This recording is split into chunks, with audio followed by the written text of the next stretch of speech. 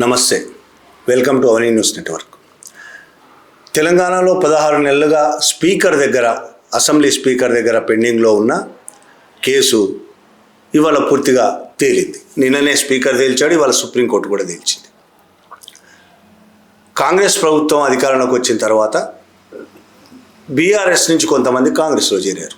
ఒకే రోజు కాదు, క్రమక్రమంగా చేరుతూ వచ్చారు. ఇది కొత్త కాదు మనకి. గతంలో బీఆర్ఎస్ గెలిచినప్పుడు కూడా కాంగ్రెస్ పార్టీలో మెజారిటీ సభ్యుల్ని బీఆర్ఎస్లో చేర్చుకుంది, మిగతా పార్టీల నుంచి కూడా చేర్చుకుంది. అంతకుముందు బీఆర్ఎస్ అదే పని చేసింది.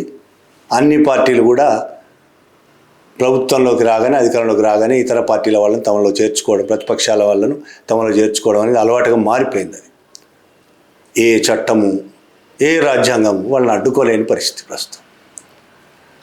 బీఆర్ఎస్ అయితే కాంగ్రెస్ పక్షాన్ని, మెజారిటీ కాంగ్రెస్ పక్షాన్ని తమ వైపు తిప్పుకుంది కాబట్టి అది చట్ట ప్రకారం తప్పేం కాదు అని వాళ్ళు చెప్తారు. ఇట్లా నిజం కూడా చట్ట ప్రకారం తప్పు కాదు, కానీ నైతికంగా అది కూడా అతి దుర్మార్గమైనది, నీచమైనది. ఇప్పుడు కాంగ్రెస్ చేసింది చట్ట ప్రకారం కూడా సరైంది కాదు. 10 మంది సభ్యులు కాంగ్రెస్ పార్టీలో చేరారు, బీఆర్ఎస్ వాళ్ళు. దాని మీద అటు బీఆర్ఎస్, బీజేపీ వాళ్ళు స్పీకర్ దగ్గర కేసు పెట్టారు. వాళ్ళ చర్యలు తీసుకోవాలని అడిగారు. చాలా కాలం చర్యలు తీసుకోలేదు. 16 నెలలు నడిచింది ఇప్పటికీ. మధ్యలో వీళ్ళు కోర్టుకు వెళ్ళారు, హైకోర్టు, సుప్రీంకోర్టు దాకా వెళ్ళారు. సుప్రీంకోర్టు ఇవాళకి గడువు పెట్టింది. ఇవాళ సుప్రీంకోర్టు తీర్పు కాబట్టి ఇవాళ దాకా గడువు పెట్టింది. సుప్రీంకోర్టు చాలాసార్లు గడువులు ఇచ్చింది. ఆ విధంగా 2025 జూలైలో ఒక 3 నెలల పాటు గడువు ఇచ్చింది. తర్వాత మళ్ళీ 25 నవంబర్లో 4 వారాలు టైం ఇచ్చింది. మొన్న జనవరిలో కూడా అవకాశం ఇచ్చింది. మొత్తంగా ఇవాళకి చివరి అవకాశం ఇచ్చింది. అది తేల్చేశారు స్పీకర్. ఏమని తేల్చేశాడు? 10 మంది ఎమ్మెల్యేలు ఎవరు? కాళే యాదయ్య, టి ప్రకాష్ గౌడ్, అరికపూడి గాంధీ, బండ్ల కృష్ణమోహన్ రెడ్డి, పోచారం శ్రీనివాస్ రెడ్డి, గూడెం మహిపాల్ రెడ్డి, డాక్టర్ సంజయ్ కుమార్, దానం నాగేందర్, కడియం శ్రీహరి. ఈ 10 మంది బీఆర్ఎస్ గుర్తు మీద గెలిచి కాంగ్రెస్లో చేరారు. ఒక్కొక్కసారి ఆయన క్లియర్ చేశాడు. ఒక 5 మందిది 2025 డిసెంబర్లో ఒక 5 మందికి క్లీన్ చిట్ ఇచ్చాడు. ఎవరు? స్పీకర్. సుప్రీంకోర్టు సీరియస్ అయిన తర్వాత ఒక 5గురికి క్లీన్ చిట్ ఇచ్చాడు. ఆ తర్వాత ఫిబ్రవరి 26 అంటే ఈ మొన్న డాక్టర్ సంజయ్ కుమార్కి, జనవరిలో పోచారం శ్రీనివాస్ రెడ్డి, కాళే యాదయ్యలకు అంటే ఒక 3, ఇంకో 2 మిగిలారు. ఆ 2కి నిన్న ఇచ్చింది. ఈ 2 గురించి ముఖ్యంగా మాట్లాడుకోరు. మిగతా అందరూ ప్రపంచానికి తెలుసు, తెలంగాణకు తెలుసు, వాళ్ళు నిజంగానే బీఆర్ఎస్ నుంచి కాంగ్రెస్లో చేరారు. అందరికీ తెలుసు. బహిరంగ రహస్యము. ఇప్పుడు బహిరంగంగా అబద్ధం ఆడుతున్నారు. ఒక జోక్ ఉన్నది, అబద్ధం అని చెప్పేవాడికి వినేవాడికి కూడా తెలిస్తే పెద్ద సీరియస్గా తీసుకోవాల్సిన అంశం కాదంట. అది చెప్పేవాళ్లకు తెలుసు, వినేవాళ్లకు మనకు తెలుసు అది అబద్ధం అని. అందరూ చేరారు, కండువాలు కప్పుకున్నారు, కారణాలు 1,00,000 కారణాలు చెప్పారు. ఎవరైనా ఒక పార్టీ నుంచి ఇంకో ప్రభుత్వం ఉన్న పార్టీలోకి మారేటప్పుడు మా ప్రజల సంక్షేమం కోసం, మేలు కోసం, నియోజకవర్గ అభివృద్ధి కోసం ఏదో కథలు చెప్తారు, చేరుతారు. అందరూ ఆ విధంగానే చేరారు. దానం నాగేందర్, కడియం శ్రీహరిది అలాగే చేరారు. కానీ వాళ్ళది ఒక భిన్నమైన కేసు. దానం నాగేందర్ అయితే ఆయన కాంగ్రెస్లో చేరిన తర్వాత వచ్చిన పార్లమెంటరీ ఎన్నికల్లో సికింద్రాబాద్ ఎంపీగా పోటీ చేశాడు కాంగ్రెస్ పార్టీ తరఫున. ఆయన బీఆర్ఎస్ తరఫున ఎమ్మెల్యేగా గెలిచాడు. తర్వాత కాంగ్రెస్ పార్టీ తరఫున ఎంపీగా పోటీ చేశాడు, ఓడిపోయాడు. అంత స్పష్టంగా బహిరంగంగా ఉంది ఆయన కాంగ్రెస్లో చేరినట్టు. కాంగ్రెస్ తరఫున పోటీ చేశాడు.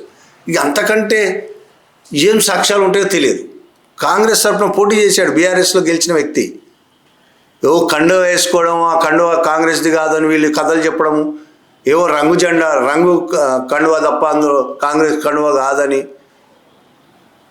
ముఖ్యమంత్రిని మా నియోజకవర్గ అభివృద్ధి కోసం ముఖ్యమంత్రిని కలిసి ఎన్నైనా చెప్పొచ్చు. కానీ ఇక్కడ దానం నాగేందర్ చాలా స్పష్టంగా కాంగ్రెస్ పార్టీ తరఫున ఎన్నికల్లో నిలబడ్డాడు, పార్లమెంట్ ఎన్నికల్లో. కడియం శ్రీహరి అదే పార్లమెంట్ ఎన్నికల్లో తన కూతురు కాంగ్రెస్ తరఫున ఎంపీగా నిలబడితే కూతురు తరఫున ప్రచారం చేశాడు బహిరంగంగా. రికార్డెడ్, అది సాక్ష్యాలు ఉన్నాయి, రికార్డెడ్. చాలామంది అనుకున్నారు ఏంటంటే ఈ ఇద్దరికి ఖచ్చితంగా శిక్ష పడుతుంది, వీళ్ళిద్దరు పార్టీ మారినందుకు వీళ్ళ ఎమ్మెల్యే పదవి పోతుంది అని అందరూ అనుకున్నారు. కానీ వాళ్ళకు కూడా క్లీన్ చిట్ ఇచ్చేశారు స్పీకర్ గడ్డం ప్రసాద్. ఏమనుకోవాలి ఇది? ఇదే విషయం ఇది వాళ్ళ సుప్రీంకోర్టు ఏం చెప్పింది? సుప్రీంకోర్టుకు వీళ్ళు వెళ్ళింది బీజేపీ, కాంగ్రెస్, మిగతా వాళ్ళు వెళ్ళింది ఎందుకు? స్పీకరు అనర్హత పిటిషన్ను లేట్ చేస్తున్నాడు, విచారణ జరపడం లేదు, తొందరగా విచారణ జరిపి తీర్పు ఇవ్వాలని, ఆర్డర్స్ ఇవ్వాలని సుప్రీంకోర్టుకి వెళ్ళారు. సుప్రీంకోర్టు ఆర్డర్స్ ఇచ్చింది. ఈయన తీర్పు నిన్నటికి చివరి తీర్పు ఇచ్చేశాడు. కాబట్టి సుప్రీంకోర్టు ఈ కేసును డిస్పోజ్ చేసింది. ఎందుకంటే తీర్పు ఇచ్చేశాడు కాబట్టి సుప్రీంకోర్టు డిస్పోజ్ చేసింది. స్పీకర్ అధికారాల్లో, స్పీకర్ నిర్ణయాల్లో కోర్టులు జోక్యం చేసుకుంటాయా? ఈ చర్చ ఎప్పటి నుంచో నడుస్తున్నది. జోక్యం చేసుకోవడానికి వీల్లేదు అని, స్పీకర్ నిర్ణయాలు ఎవ్వరూ జోక్యం చేసుకోవద్దని మొన్నటికి మొన్న అమిత్ షా చెప్పాడు. ఖచ్చితంగా స్పీకర్ మీద సుప్రీంకోర్టుకు వెళ్తామని అదే అమిత్ షా మంత్రివర్గం, హోమ్ మినిస్టర్గా ఉన్న అమిత్ షా మంత్రివర్గంలో సహాయ హోంమంత్రిగా ఉన్న బండి సంజయ్ ఏమో మేము ఈయన మీద సుప్రీంకోర్టుకు వెళ్తామంటున్నాడు. స్పీకర్ అధికారంలో, స్పీకర్ నిర్ణయాల్లో మరి సుప్రీంకోర్టు కలగజేసుకుంటుందా? చూడాలి మరి ఫ్యూచర్లో ఏమవుతుంది. కానీ ఇక్కడ సుప్రీంకోర్టు ఏం చేస్తుంది, వీళ్ళు కోర్టుకు వెళ్తారా లేదా, ఇవన్నిటికంటే కూడా మన వ్యవస్థ ఎట్లా తయారైంది అనడానికి మంచి గుర్తు. ఎంత బహిరంగంగా నేరాలు చేస్తున్నా ఎవ్వరు వాళ్ళని శిక్షించడానికి ఎవ్వరు కూడా ముందుకు రారు. పైగా వాళ్ళు క్లీన్ చిట్ ఇస్తుంటారు, బహిరంగంగా కనబడుతున్నది. దానం నాగేందరు, కడియం శ్రీహరి కేసు అందరికీ తెలుసు ప్రపంచంలో, పోనీ భారతదేశంలో, ఇంకా చెప్పాలంటే తెలంగాణలో కాంగ్రెస్లో చేరారు. బీఆర్ఎస్ నుంచి కాంగ్రెస్లో చేరడమే కాదు, కాంగ్రెస్ నుంచి ఎంపీగా పోటీ చేశాడు. అయినా ఆయన కాంగ్రెస్లో చేరలేదని ఆయన వాదించాడు. పోయి కడియం శ్రీహరి ఆ విధంగా వాదించాడు. మొత్తం 10 మంది ఆ విధంగా మేము ఇంకా బీఆర్ఎస్లోనే ఉన్నాము. అసలు ఎట్లా చెప్పగలుగుతారు వీళ్ళు? ఆ పార్టీ నుంచి జంప్ అయిపోయారు, కాంగ్రెస్లో ఉన్నారు, ప్రభుత్వంలో ఉంది కాబట్టి వాళ్ళకి కావలసిన పనులు చేయించుకుంటున్నారు. కానీ మేము ఇప్పటికీ బీఆర్ఎస్లోనే ఉన్నామని నిర్లజ్జగా చెప్పడం అనేది చట్ట ప్రకారం నేరం అవుతుందా కాదా కనబడుతుంది. నేరం కాదని, చట్టం ఏమీ చేయలేదు అనేది కనబడుతుంది. నైతికంగా మాత్రం దిగజారిపోయారు. వాళ్ళిద్దరూ 10 మందో దిగజారడం కాదు, మొత్తం వ్యవస్థనే దిగజారిపోయింది. ఈ సంఘటన వల్లనో ఈ అంశంలోనే దిగజారిపోయిందని కూడా అనటం లేదు. చాలా ఏళ్ళుగా భారతదేశంలో అన్ని వ్యవస్థలు దిగజారిపోయినాయి. అన్ని వ్యవస్థలను ప్రభుత్వాలు తమ గుప్పెట్లో పెట్టుకొని స్వతంత్రంగా ఉండాల్సిన వ్యవస్థలన్నింటినీ, 1, 2 అని కాదు, ప్రతి వ్యవస్థని, న్యాయ వ్యవస్థ మొదలు పెడితే అన్ని వ్యవస్థల్ని, ఎన్నికల కమిషన్, పోలీస్ వ్యవస్థ, సిబిఐ, ఎన్ఐఏ, ఈడీ, ఇంకా చాలా రెవెన్యూ వ్యవస్థని, ప్రతి వ్యవస్థని ప్రభుత్వాల్లో ఉండే పార్టీలు, ప్రభుత్వంలో ఉండే అధికార పార్టీలు తమ గుప్పెట్లో పెట్టుకొని నడిపిస్తున్నాయి. కాబట్టి ప్రభుత్వాల్లో ఉండేవాళ్ళు, రాజకీయ నాయకులు ఏ తప్పు చేసినా ఈ వ్యవస్థలన్నీ నిర్లజ్జగా సమర్థిస్తున్నాయి.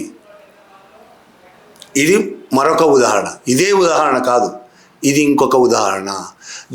భారతదేశంలో జరుగుతున్న అనేక సంఘటనల సమాహారంలో ఇదొకటి, అనేక ఉదాహరణల్లో ఇదొకటి. మనకు నిన్ననే జరిగింది కాబట్టి, మన కళ్ళ ముందు కనబడుతుంది కాబట్టి, ఈ వ్యవస్థను బట్టలిప్పి బహిరంగంగా మన ముందు ఎంత దారుణమైన, దుర్మార్గమైన, అవినీతికరమైన, అనైతికమైన వ్యవస్థను మన భారతదేశంలో కొనసాగుతున్నదో కళ్ళకు గట్టినట్టు చూపిస్తున్నది నిన్నటి ఈ తీర్పు. Thank you very much.